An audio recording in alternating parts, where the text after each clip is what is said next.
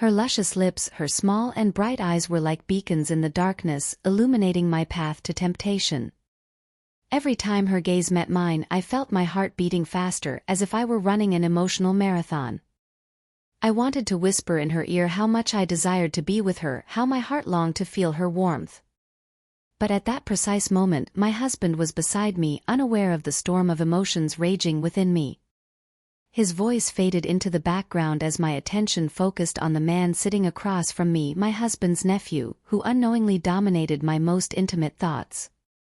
The phone rang, and my husband got up to answer it, leaving me alone with my tangled web of desires and moral dilemmas. I was caught between duty and desire, between commitment and forbidden passion. Until now, I didn't know what hours later would end up entangled in this man's arms.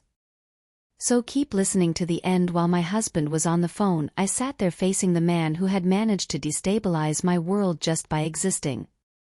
Each gesture of his, each smile, was like an arrow piercing through the defenses I had built over the years. I felt the urge to touch him, to find an excuse to feel his skin under the table, but fear paralyzed me. What would happen if he discovered my true intentions? What consequences would that impulsive gesture have? Our eyes met several times, but he always looked away, as if afraid that his heart would betray his own desires. It was a dangerous game, a dance of looks and silences that threatened to overflow the restraint that had governed my life until that moment. Every passing second and every furtive glance brought us a little closer to the abyss of forbidden desire. And although I knew I should resist, that I should protect what I had built with my husband, every fiber of my being longed to be swept away by the passion burning in my chest. In the room, my husband was probably talking to the father of the man sitting right in front of me, his nephew. "Don't worry, I'll take care of him," my husband murmured with the confidence that always characterized him. "He won't lack anything here, besides he gets along well with my wife, he's very helpful and always willing to help with whatever you need. I congratulate you because you've raised a good boy, and I know I'll return him as a great healthcare professional." I said to myself, he's right, my husband. His nephew won't lack anything here because I'll give him everything. My feet moved before my mind could process what was happening. Instinctively, I sought out my husband's nephew's knee with my right foot, wishing to alert him discreetly. But when I made contact, the nephew abruptly stood up, spilling the juice on the table with a sudden crash. My husband, alerted by the noise, burst into the dining room with a mixture of confusion and concern on his face. "What happened?" he inquired, seeking answers amidst the emerging chaos. The nephew, visibly perturbed, stammered an improvised excuse. "It seems a mouse ran over me," he said with a trembling voice, revealing his nervousness. I got up with him, maintaining composure while hiding my turmoil under a mask of normality. I lowered my gaze, pretending to look for the supposed rat of my husband's nephew, knowing full well it was my foot that had interrupted the moment. My husband suggested calling someone to investigate or fumigate, and a momentary relief flooded me. Apparently, my husband hadn't suspected anything of what was happening between his nephew and me. I noticed how my husband's nephew looked at me, but now with a different look, with an affectionate look. Because in his eyes it was clear he wanted something more. "Oh well," I said to myself, "I already sowed the seed, let's see if this man makes it germinate." And I'll tell you, he did it, the boy, and even deeper. But let's continue so you know how it happened. While the three of us were sitting down for breakfast, my husband received a call on his personal phone. I could see on the screen the name of the contact, the mother of my children. I knew who was calling, but I pretended not to see anything. My husband got up to answer, and I asked him, "Why don't you answer?" "Here." He just gestured with his hand as if saying, "I'll be right back." My husband was celebrating his 49th birthday that day, and surely his ex-wife was calling to congratulate him because I heard him say, "Wow, you remembered. That's great, thank you very much. I'll make the deposits for you and the boys in a moment, and again, thank you very much." Honestly, I was annoyed by the way he was talking to his ex-wife, and my face couldn't hide my displeasure. He noticed it when he came back. "What's wrong, dear?" "Calm down and have breakfast," he said. What's wrong is that it's normal for you to start talking to her like that. Man, she's jealous, honey, you shouldn't. Remember that I'm with you, but with your attitude and behavior you show that you're with her and not with me. But you know I have to communicate with her because I have the responsibility to support my boys and also give her her share. I don't know what you mean by that. When you say that, you surely also give her her piece of meat. You know very well that I have to talk to her, so calm down, please. Don't you see that your nephew is here from the house he comes from? I'm sure he doesn't see this kind of dinners here because my brother has been a one-woman man and I'm the one who has twisted a little, and look at what happens to me.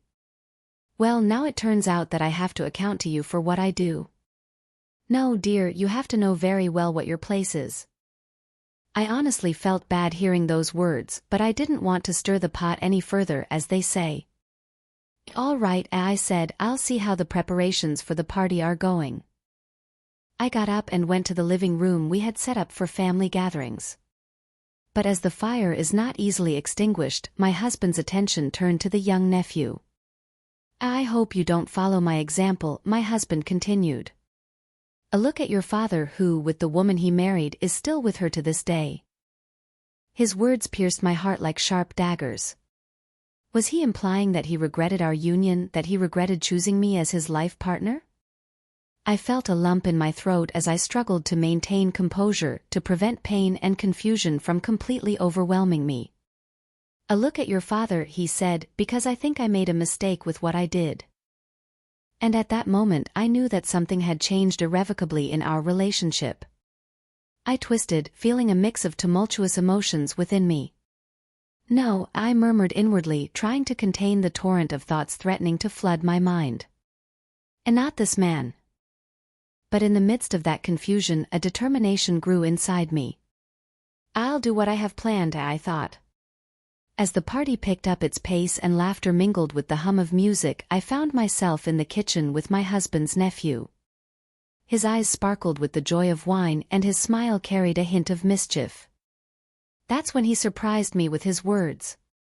I'm really sorry about what my uncle said this morning, he began, his tone soft but laden with sincerity. And I'm also sorry for causing a scene when you touched my knee.